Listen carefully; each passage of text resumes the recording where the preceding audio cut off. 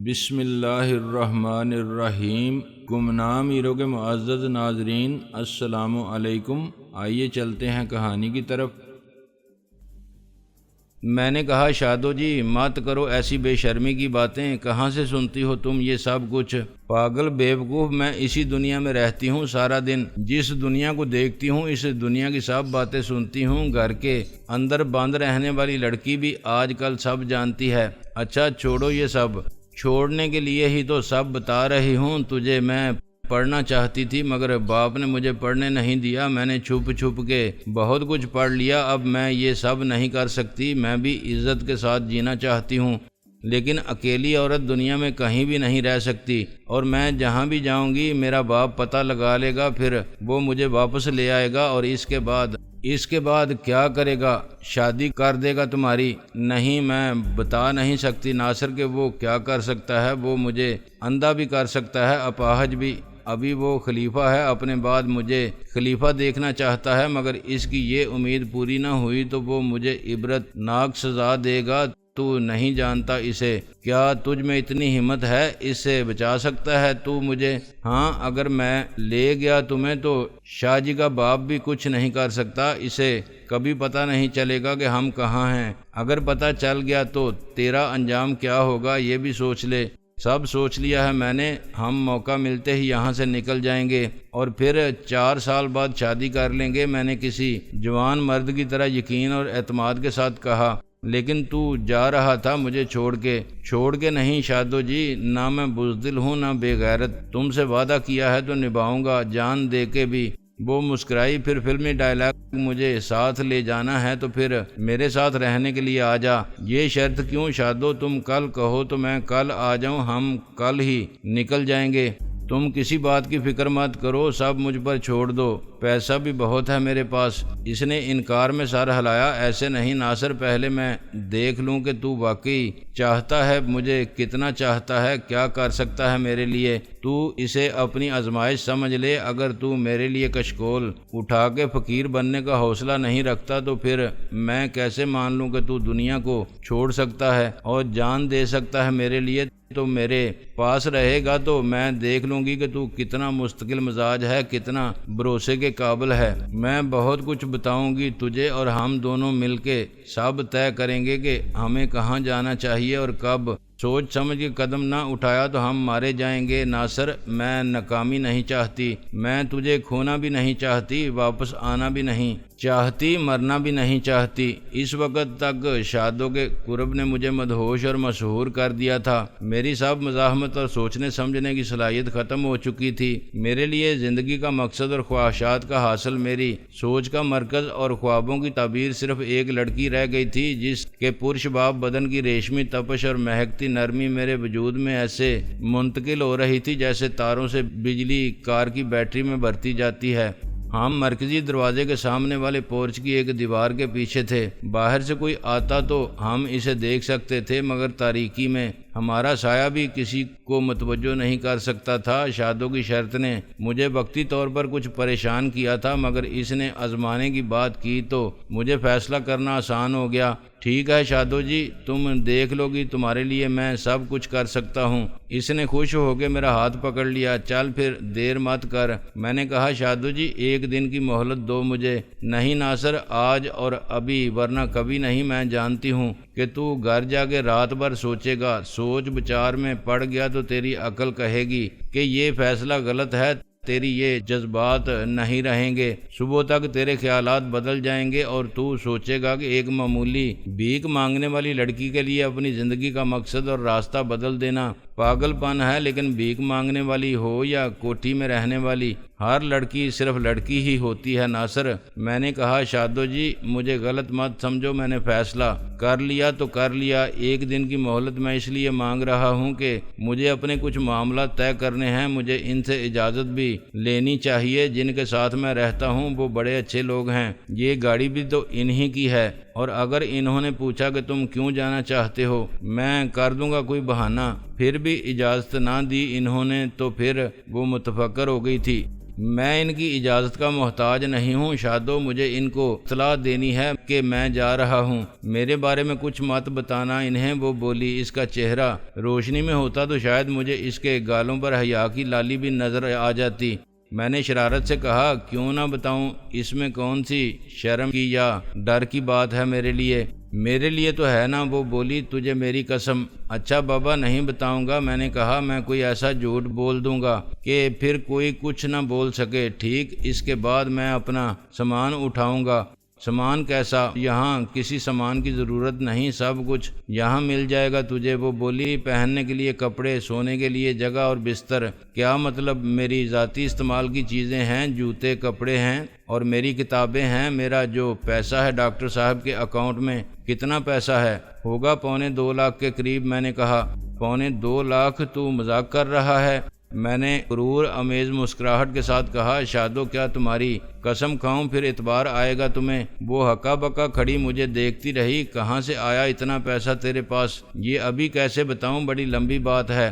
اگر وہ پیسہ بینک میں ہے تو پڑا رہنے دے بینک میں۔ کیا یہ 10,000 کافی نہیں؟ اور پیسہ تو ہاتھ کا میل ہے، یہاں روز آئے گا، زیادہ کی ضرورت ہی نہیں، اور ضرورت پڑے تو مجھے بتا دینا۔ جتنا تیرے پاس ہے اس سے دگنا میرے پاس بھی ہے، یعنی 3.5 لاکھ، 4,10,000۔ وہ بولی۔ میں نے کہا، کمال ہے، تم پھر بھی ڈرتی ہو، اس کے باوجود بھیک مانگتی ہو۔ پاگل بیوقوف، کتنی بار سمجھاؤں کہ بھیک میں پیسے کمانے کے لیے نہیں مانگتی؟ میں نے کہا، پاگل تم کہہ سکتی ہو مجھے کیونکہ تم نے ہی پاگل کیا ہے، لیکن بیوقوف نہیں ہوں میں۔ پھر بے وقوفی کی بات کیوں کرتا ہے؟ کیا 4 لاکھ روپے جو کسی بینک میں پڑے ہوں میری جیسی کسی لڑکی کا سہارا بن سکتے ہیں ساری زندگی کے لیے، اور حفاظت کر سکتے ہیں میری دنیا میں؟ ہر قدم پر بھوکے بھیڑیوں جیسے انسان ہوتے ہیں، میں کسی کو محافظ رکھ لوں تو کیا گارنٹی ہے کہ وہی لٹیرا ثابت نہیں ہوگا؟ میں نے کہا، چلو ابھی میں اپنا پیسہ نہیں نکلواتا، مگر بعد میں تمہارا اور میرا پیسہ ایک ہی جگہ رہنا چاہیے۔ 2 جگہ رکھنے میں کون سا نقصان ہے ہمارا؟ میں اپنی چیک بک کے ہر چیک پر اپنے دستخط کر کے تجھے دے دیتی ہوں۔ وہ ہنسی۔ میں نے کہا، مگر میں ایسا نہیں کر سکتا۔ کیوں، مجھ پر اعتبار نہیں ہے؟ وہ مجروح لہجے میں بولی۔ یہ بات نہیں، دراصل ابھی 18 سال کا نہیں ہوا میں۔ میرا اپنا اکاؤنٹ ضرور ہے مگر ڈاکٹر صاحب کی نگرانی میں ہے، مجھے رقم نکلوانی پڑے تو ان سے دستخط کرانے پڑتے ہیں، اسی لیے کہہ رہا تھا کہ سب تمہارے اکاؤنٹ میں منتقل ہو جائے تو اچھا ہے۔ ویسے بات تمہاری بھی ٹھیک ہے، ابھی کہاں ضرورت ہوگی مجھے اتنے پیسے کی۔ اچھا ہے، اسی بہانے ڈاکٹر صاحب سے تعلق رہے گا۔ میں نے کہا، کیوں اس تعلق کو باقی رکھنا چاہتا ہے تو؟ وہ تیور بدل کے بولی، تاکہ ایک ٹھکانہ باقی رہے۔ کیا لگتے ہیں آخر وہ تیرے؟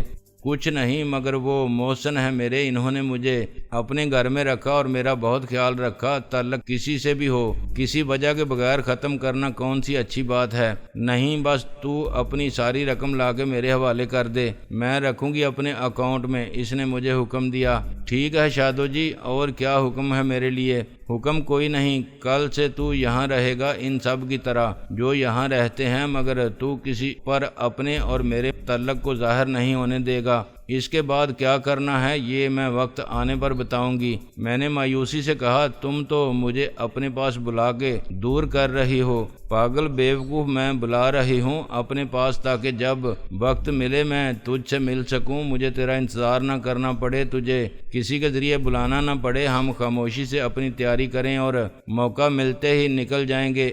اگر کسی کے کان میں بھنک پڑ گئی تو ہمارا راز فاش ہو جائے گا، کسی کو ذرا بھی شک ہوا تو میری اور تیری شامت آ جائے گی۔ شاہ جی کے کان بھی بہت تیز ہیں اور اس کی آنکھ اندر تک دیکھ لیتی ہے، اس کے مخبر اور چمچے بھی بہت ہیں جو میرا تو کچھ نہیں بگاڑ سکیں گے، مگر تیرے دشمن ہو جائیں گے تو جینا محال کر دیں گے۔ تو سب کے درمیان رہے گا انہی جیسا بن کے۔ تیری زبان پر غلطی سے بھی میرا نام نہیں آنا چاہیے، نہ تو کبھی مجھے ایسے دیکھے گا جیسے اس وقت دیکھ رہا ہے۔ وہ ہنس پڑی۔ اب تو جا، مگر کل کس وقت آئے گا یہاں؟ میں نے کہا، اسی وقت۔ تو جس ڈاکٹر کے گھر میں رہتا ہے، کیا نام ہے اس کا؟ میں نے کہا، ڈاکٹر مشہود الظفر۔ مشہود کافی ہے۔ وہ بولی ٹیلی فون نمبر کیا ہے ان کا؟ میں نے کہا خدا کے لیے مجھے وہاں فون مت کرنا، فون نمبر بتا مجھے، اس نے کہا۔ میں نے اسے فون نمبر بتا دیا، میں نے آج تک کسی کو نہیں بتایا۔ میں کل رات تک انتظار کروں گی تیرا، پرسوں میں خود تجھے لینے آ جاؤں گی۔ میں نے ہاتھ جوڑ کے کہا شادو جی خدا کے لیے وہاں مت آنا۔ وہ ہنسی، اچھا نہیں آؤں گی، 24 گھنٹے کی گارنٹی، اس کے بعد میں تجھے اٹھا لاؤں گی۔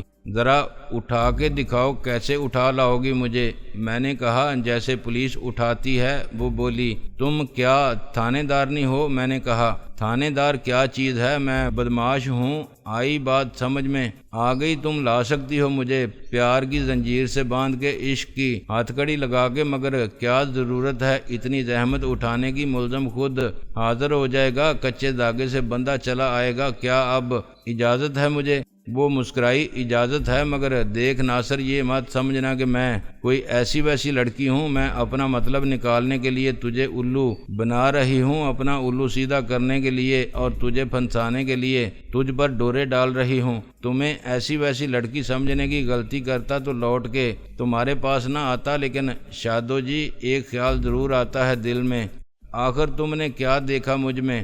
میں نے تیرا حوصلہ، تیری ذہانت دیکھی، تیری مستقل مزاجی کی طاقت، تیری ہمت اور بے خوفی دیکھی، تیرے خیالات کی بلندی نے مجھے متاثر کیا اور تیرے اونچے ارادوں نے متاثر کیا۔ میں نے تیرے اندر کے مخلص اور سچے اور رحم دل انسان کو دیکھا، جو ایک دوست کی موت پر دکھی تھا اور ناانصافی کے خلاف اکیلا مقابلے پر اتر آیا تھا۔ اور پتہ ہے یہ سب میں نے تجھے دیکھنے سے پہلے ہی دیکھ لیا تھا۔ مجھے دیکھنے سے بھی پہلے وہ کیسے؟ تیرا دوست رئیس ہے نا، وہ سب بتاتا تھا مجھے، اس کے لیے تو کسی ہیرو سے کم نہیں تھا۔ تیری تعریف سن سن کے میں نے ہی کہا تھا کہ اچھا کسی دن اسے لانا میرے پاس۔ اور جب تم نے مجھے دیکھا تو تمہیں کیسا لگا؟ مجھے مایوسی نہیں ہوئی؟ تو واقعی ضدی اور سر پھرا تھا، ابھی تک تیرے دماغ سے ناصر کے انتقام کا بھوت اترا نہیں ہے۔ رئیس نے جو بتایا تھا تو اس سے زیادہ ہی تھا، ارادے کا پکا کھرا اور نہ ڈر۔ پھر تمہیں محبت ہو گئی مجھ سے؟ میں نے کہا محبت نہیں، یہ تو نہیں کہہ سکتی میں، تو اچھا لگتا ہے مجھے، بہت اچھا لگتا ہے، تجھے پسند بھی کرتی ہوں میں، لیکن جس محبت کی تو بات کر رہا ہے نا وہ بہت دور کی بات ہے۔ ابھی تو نے تو کہہ دیا جو کہنا تھا، سوچے سمجھے بغیر جذبات کی رو میں بہہ کے۔ ایسا مت کہو شادو جی، حقیقت یہی ہے ناصر، محبت کوئی ہارٹ اٹیک نہیں ہے، یہ تو ایسا مرض ہے، ٹی بی آہستہ آہستہ اندر ہی اندر اس کے جراثیم پھیلتے جاتے ہیں، جیسے پودے کی جڑیں زمین میں پھیلتی ہیں۔ محبت ایسے ہی دل میں جگہ بناتی ہے اور پھر خون کے سرخ اور سفید ذرات میں شامل ہو جاتی ہے، اس کا کوئی علاج نہیں رہتا سوائے محبت کے۔ ابھی تو نے محبت کا بیج بویا ہے، صبر کے ساتھ اور پوری لگن سے اس کی آبیاری کر، ابھی سے پھل مت مانگ، کیا پتہ یہ بیج ہی نہ پھوٹے، یا تو جسے محبت سمجھ رہا ہے وہ ہوس ہو، صرف ہوس جو صرف آگ ہوتی ہے، جلتی ہے، جلاتی ہے اور بجھ جاتی ہے تو دھواں رہ جاتا ہے یا راکھ رہ جاتی ہے۔ یہ بھی ٹھیک ہے کہ محبت اندھی ہوتی ہے، نہ وقت دیکھتی ہے، نہ مصلحت، نہ عمر یا رنگ روپ، اور نہ امیری غریبی یا نسل اور ذات کا فرق۔ جس دن مجھے یقین آ گیا اور تجھے بھی کہ ہمیں واقعی ایک دوسرے سے محبت ہو گئی ہے، اس دن کچھ کہنے کی، کچھ پوچھنے کی ضرورت کہاں رہے گی، ہم ایک ہو چکے ہوں گے۔ میں احمقوں کی طرح منہ کھولے اسے دیکھتا رہا۔ شادو جی یہ تو بڑی کتابی باتیں ہیں، میرا مطلب ہے کہ بہت پڑھے لکھے افسانہ نگار اور شاعر ایسی باتیں لکھتے ہیں۔ وہ ہنسی، پاگل بے وقوف، شاعر یا افسانہ نگار ہونے کے لیے ڈگری کہیں سے نہیں ملتی، وہ تو بس خدا انہیں ایسا ہی بنا دیتا ہے۔ لیکن یہ ٹھیک ہے کہ میں نے بھی ایسی باتیں کتابوں میں پڑھی ہیں، کتابوں سے سیکھی ہیں، اور انہی کتابوں نے مجھے بولنا سکھایا، سوچنا سکھایا تھا، سمجھنا سکھایا تھا۔ میری تربیت نہ ماں باپ نے کی، نہ کسی اسکول میں ہوئی، انہی کتابوں نے مجھے وہ بنا دیا جو میں آج ہوں۔ یعنی شادو فقیروں کے ایک خلیفہ شاہ جی کی بیٹی نہیں، وہ مجھے نصیب نے بنایا، طنز مت کرو۔ میں نے کہا مگر تم نے تو بتایا تھا کہ تمہارے باپ تعلیم کے خلاف تھا۔ ہاں میں نے 5ویں تک پرائمری اسکول میں پڑھا تھا، اس کے بعد میں چھپ چھپ کے پڑھتی رہی، کتابیں خریدتی رہی اور کوئی امتحان دیے بغیر آگے بڑھتی چلی گئی۔ 7ویں کے بعد 8ویں کی، پھر 9ویں 10ویں کی حساب مجھے بس اتنا ہی آتا ہے جتنا 5ویں تک پڑھا تھا، سائنس کا بھی مجھے کچھ پتہ نہیں ہے، مگر انگریزی، اردو، اسلامیات اور معاشرتی علوم، تاریخ اور شہریت، یہ سب کتابیں پڑھنے کے لیے مجھے کسی استاد کی ضرورت کبھی نہیں پڑی۔ 11ویں اور 12ویں جماعت کی کتابیں میں نے پچھلے سال ختم کر لی تھیں۔ 11ویں 12ویں میں سخت معروب ہو گیا۔ ہاں، انگریزی اردو کا کوئی مسئلہ نہیں تھا۔ میں نے تاریخ اسلام پڑھی اور انڈیا اور پاکستان کی تاریخ مجھے بڑی دلچسپ لگی۔ معاشیات کی کتاب تو لائی تھی میں، مگر وہ مجھے خشک اور بور لگی، میری سمجھ میں ہی نہیں آئی۔ امتحان تو نہیں دے سکتی میں، نہ میٹرک کا اور نہ انٹر کا، مگر تجھے سب پڑھا سکتی ہوں جو میں نے پڑھا ہے۔ تم نے یہ سب کیسے کیا؟ میرا مطلب ہے شاہ جی سے چھپ کے اسی گھر میں رہتے ہوئے۔ مجھے شام سے رات تک وقت ملتا تھا۔ ابا کو شک اس وقت ہوتا جب میں امتحان کے لیے ضد کرتی، کتابوں کا اسے کیسے پتہ چل سکتا تھا؟ وہ کبھی میری الماری کی یا میرے سامان کی تلاشی نہیں لیتا۔ باہر بھی مجھے وقت مل جاتا تھا۔ ان کتابوں کے علاوہ میں ناول، افسانے بہت پڑھنے لگی تھی۔ ابا کو اس پر اعتراض نہیں تھا، اسے کیا پتا کہ میں ناول پڑھ رہی ہوں یا فٹ پاتھ سے رسالے اور کتابیں سب کرائے پر بھی مل جاتے تھے جو میں پڑھتی تھی اور باہر ہی واپس کر دیتی تھی۔ ہر روز فقیروں کے حلیے میں سارا دن باہر گزارنا، چھپ چھپ کے کتابیں پڑھنا، فقیروں کی نگرانی کرنا، بھیک مانگنا، یہ سب تم کیسے کرتی ہو شادو؟ وہ بولی، میں ہر روز کہاں جاتی ہوں، ہفتے میں 2 بار نکلتی ہوں، اور تمہیں ڈر بھی نہیں لگتا؟ ڈر کس بات کا؟ کیا فقیر تمہیں پہچانتے نہیں ہوں گے؟ اور فقیر کوئی شریف لوگ نہیں ہوتے، وہ بدتمیزی نہیں کرتے، ان کی کھال کھینچ سکتی ہوں میں خود، وہ بولی۔ اور بھی بہت لوگ جانتے ہوں گے کہ یہ فقیرنی کے بیس میں یہ پری ہے۔ فرض کرو کوئی اٹھا لے تمہیں زبردستی میرے ساتھ، وہ بولی، بھرا ہوا ریوالور رکھتی ہوں میں اپنے پاس، اور ابا نے کہہ دیا ہے کہ کبھی کوئی بدنیتی سے تیری طرف ہاتھ بڑھائے تو ڈرنے یا شور کرنے کی ضرورت نہیں، اسے آرام سے گولی مار دینا، باقی سب میں سنبھال لوں گا۔ تھانے والوں کو بتا دینا کہ تو شاہ جی کی بیٹی ہے۔ میں نے گھڑی دیکھ کے کہا، کیا بات ہے، آج تیرا ابا نہیں آیا ابھی تک؟ اسے کبھی دیر بھی ہو جاتی ہے۔ کیا ٹائم ہو گیا؟ 10 بجنے والے ہیں۔ میں نے کلائی کو روشنی کے رخ کر کے دیکھا، بس آتا ہی ہوگا، وہ بھی تو یہاں چپکا کھڑا رہ، 1 گھنٹے سے تو کھڑا ہوں۔ میں نے کہا، آج بہت ڈانٹ پڑے گی ڈاکٹر صاحب سے، ایسا نہ ہو ابا دروازے پر ہی مل جائے، وہ آ جائے پھر نکل جانا۔ میں نے کہا، تجھے ڈر نہیں لگتا؟ اکیلے میں اتنا بڑا گھر ہے تو اپنا گھر، اور اکیلی میں شام سے رات تک ہوتی ہوں، دن میں بہت رونق رہتی ہے۔ کیسی رونق؟ جب تو آئے گا تو دیکھ لے گا، وہ بولی۔ شادو جی، ایک بات پوچھوں، میرے یہاں سامان لے کر آنے میں کیا حرج ہے؟ اگر بستر میرا اپنا ہو، میں دن بھر فقیر بن کے پھٹے پرانے میلے اور گندے کپڑے پہن کے پھروں، مگر رات کو پھر اپنے صاف ستھرے کپڑے پہن لوں، تو آخر تم بھی تو یہی کرتی ہو۔ اس نے سوچ کے کہا، اچھا ٹھیک ہے، لے آنا تھوڑے بہت کپڑے اور بستر، بس 1 سوٹ کیس ہوگا میرے ساتھ۔ سوٹ کیس نہیں، جو لانا ہے ایک گٹھڑی میں باندھ لانا اور میرے حوالے کر دینا، میں رکھ لوں گی اپنے پاس، مگر تجھے موقع کہاں ملے گا اچھے کپڑے پہن کر کہیں جانے کا؟ سب کی طرح 10 بجنے کے بعد آئے گا، سارا دن کا تھکا ہوا، پھر حساب دے گا۔ حساب کسے دوں گا اور کیوں؟ پاگل بے وقوف، سارا دن کمائی کرے گا تو کیا جیب میں رکھے گا؟